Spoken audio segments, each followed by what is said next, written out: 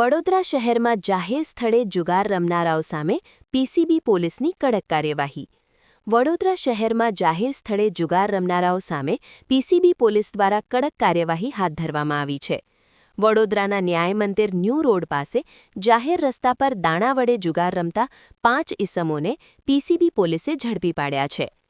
પ્રાપ્ત માહિતી મુજબ પીસીબી પોલીસને બાતમી મળી હતી કે ન્યાય મંદિર ન્યૂ રોડ વિસ્તારમાં કેટલાક ઇસમો જાહેર રસ્તા પર દાણા વડે જુગાર રમી રહ્યા છે. બાતમીના આધારે પીસીબી પોલીસે તરત જ સ્થળ પર દરોડો પાડ્યો હતો. દરોડા દરમિયાન જુગાર રમતા 5 ઇસમોને રંગે હાથ ઝડપી લેવામાં આવ્યા હતા.